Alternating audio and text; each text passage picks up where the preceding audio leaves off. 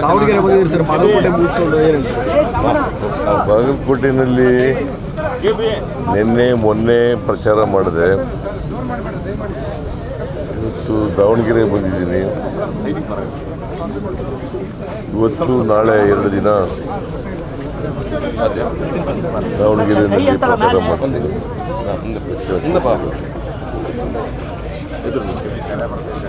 ನನ್ನ ಪ್ರಕಾರ ಬಾಗಲಕೋಟೆಯಲ್ಲೂ ಕೂಡ ಗೆಲ್ತೀವಿ. ಅಲ್ಲಿ ಮೇಟಿಯವರು ನಿಧನರಾಗಿದ್ದರು, HY ಮೇಟಿಯವರು. ಅದನ್ನು ಭರ್ತಿ ಮಾಡಲಿಕ್ಕೆ ಉಪಚುನಾವಣೆ ನಡೀತಾ ಇದೆ. ಇಲ್ಲಿ ಶಾಬ್ನೂರು ಶಿವಶಂಕರಪ್ಪನವರು ನಿಧನರಾಗಿದ್ದರು. ಅವರ ಜಾಗಕ್ಕೆ ಅವರ ಮೊಮ್ಮಗ ಸಮರ್ಥ್ ಅವರನ್ನು ಅಭ್ಯರ್ಥಿಯನ್ನು ಮಾಡಿದ್ದೀವಿ.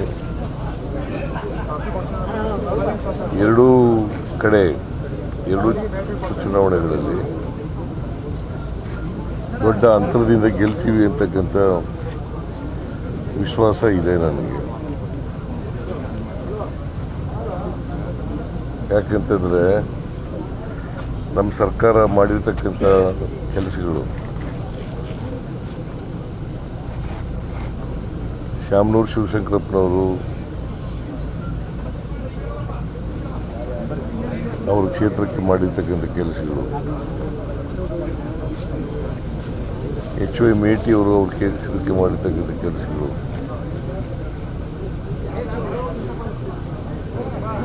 ಅವೆಲ್ಲವೂ ಕೂಡ ನಮಗೆ ಈಗ ಸಹಾಯಕ ಆಗ್ತಾ ಇದ್ದಾವೆ.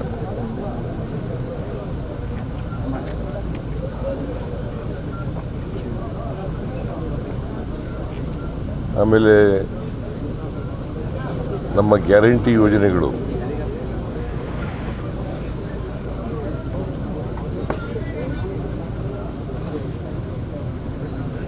ಇವತ್ತು ನಮ್ಮ ಸಹಾಯಕ್ಕೆ ಬರ್ತಾ ಇದ್ದಾವೆ. BJPಯವರು ಗ್ಯಾರಂಟಿ ಯೋಜನೆಗಳನ್ನು ವಿರೋಧ ಮಾಡ್ತಾ ಇದ್ರು.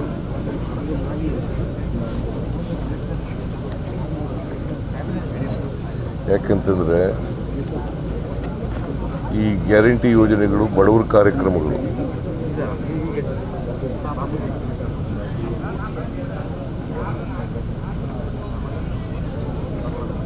ಬಡವರ ಕಾರ್ಯಕ್ರಮಗಳನ್ನು ಯಾವಾಗಲೂ ವಿರೋಧ ಮಾಡ್ತಾರೆ ಅವರು. 535 ಕೋಟಿ 535 ಕೋಟಿ ನಮ್ಮ ಸೌತಿಗೆ, ದಾವಣಗೆರೆ ದಕ್ಷಿಣಕ್ಕೆ ಗ್ಯಾರಂಟಿ ಯೋಜನೆ ಇಲ್ಲಿ ಮಾತ್ರ. ಒಟ್ಟು ಜನವರಿ ಗ್ಯಾರಂಟಿ ಯೋಜನೆಗಳಿಗೆ ಇಲ್ಲಿವರೆಗೆ ಖರ್ಚು ಮಾಡಿರ್ತಕ್ಕಂಥ ಹಣ ಸುಮಾರು 1,31,000 ಕೋಟಿಗೂ ಹೆಚ್ಚು ಹಣ ಖರ್ಚು ಮಾಡಿದ್ದೀವಿ. ಬರೀ ದಾವಣಗೆರೆ ದಕ್ಷಿಣ ಕ್ಷೇತ್ರದಲ್ಲಿ 500 ಚಿಲ್ಲರೆ ಅಲ್ಲ, 535 ಕೋಟಿ 535 ಕೋಟಿ ರೂಪಾಯಿಗಳನ್ನು ಖರ್ಚು ಮಾಡಿದ್ದೀವಿ.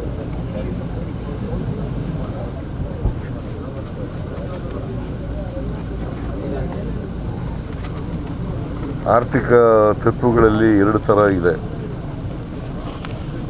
ಒಂದು ಟ್ರಿಕಲ್ ಡೌನ್ ಆರ್ಥಿಕ ಥಿಯರಿ,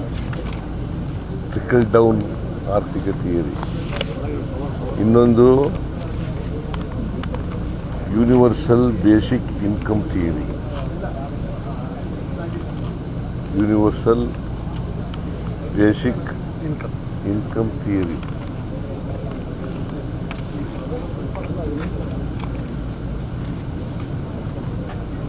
ಟ್ರಿಕಲ್ ಡೌನ್ ಆರ್ಥಿಕ ಥಿಯರಿ ಅಂತಂದರೆ ಸಮಾಜದಲ್ಲಿರ್ತಕ್ಕಂಥ ಮೇಲ್ಸ್ತರದವ್ರಿಗೆ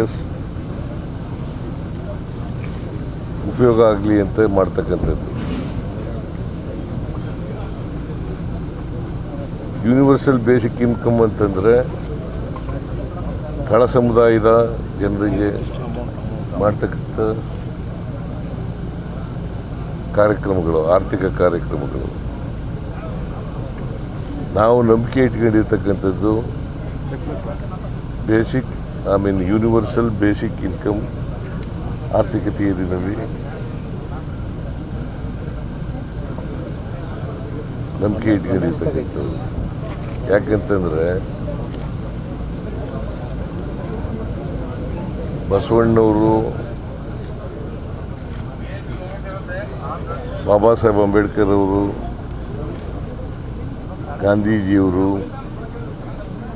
ಅವರೆಲ್ಲರೂ ಕೂಡ ಕಟ್ಟ ಕಡೆಯ ಮನುಷ್ಯನ ಕಣ್ಣೀರನ್ನು ಒರೆಸ್ತಕ್ಕಂಥದ್ದು ಇದೆಯಲ್ಲ, ಅದು ಭಾಳ ಮುಖ್ಯ.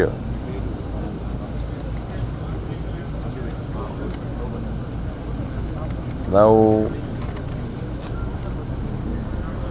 ಈ ಗ್ಯಾರಂಟಿ ಯೋಜನೆಗಳ ಮೂಲಕ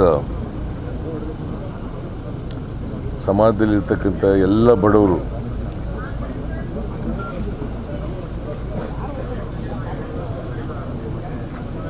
ಯಾವುದೇ ಜಾತಿ, ಯಾವುದೇ ಧರ್ಮ ಇರ್ಬೋದು, ಯಾವುದೇ ಭಾಷೆ ಇರ್ಬೋದು, ಎಲ್ಲ ಬಡವರು ಅವರಿಗೆ ಮಧ್ಯವರ್ತಿಗಳ ಹಾವಳಿ ಇಲ್ಲದೇನೆ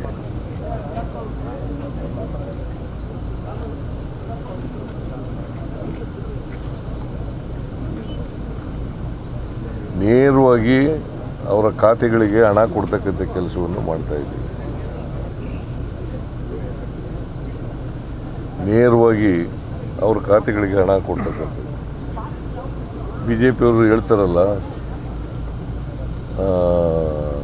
ಗ್ಯಾರಂಟಿ ಯೋಜನೆಗಳಲ್ಲಿ ಭ್ರಷ್ಟಾಚಾರ ನಡೀತದೆ ಅಂತ ಹೇಳಿ. ಭ್ರಷ್ಟಾಚಾರ ಹೆಂಗೆ ನಡೀಲಿಕ್ಕೆ ಸಾಧ್ಯ? ನೇರವಾಗಿ ಅವ್ರ ಅಕೌಂಟಿಗೆ ದುಡ್ಡು ಹಾಕ್ತಾ ಇದ್ದೀವಲ್ಲ. ಆಮೇಲೆ ಅವರು ಇನ್ನೊಂದು ಆರೋಪ ಮಾಡ್ತಾರೆ, ಏನಪ್ಪ ಅಂತಂದರೆ ಗ್ಯಾರಂಟಿ ಯೋಜನೆಗಳನ್ನು ಜಾರಿ ಕೊಟ್ಟದ್ರಿಂದ ಖಜಾನೆ ಖಾಲಿಯಾಗಿದೆ. ಹೇಳ್ತೀನಿ,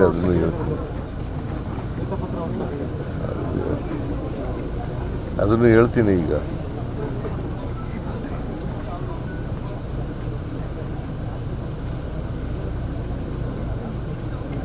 ನಾವು ಸಾಲ ಮಾಡಿದ್ದು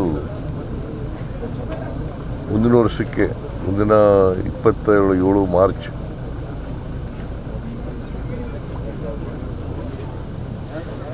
$8,24,000 ಕೋಟಿ ಆಗಿದೆ. ಈ ವರ್ಷ ಸಾಲ ಮಾಡೋದು 1,32,000 ಕೋಟಿ. ಅವರು 2023 ಮಾರ್ಚ್ಗೆ BJP-ಯವರು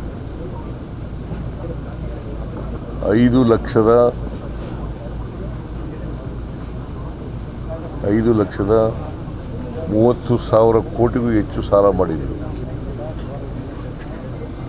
ಅವರು ಅಧಿಕಾರಕ್ಕೆ ಬಿಟ್ಟಾಗ 2023 ಮೇ 20ರಲ್ಲಿ ನಾವು ಅಧಿಕಾರಕ್ಕೆ ಬಂದವು. ಮಾರ್ಚ್ 23ಕ್ಕೆ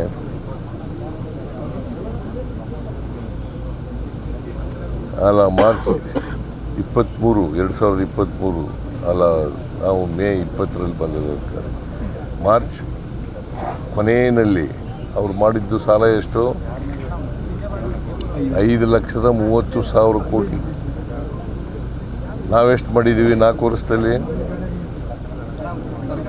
2,56,000 ಕೋಟಿ.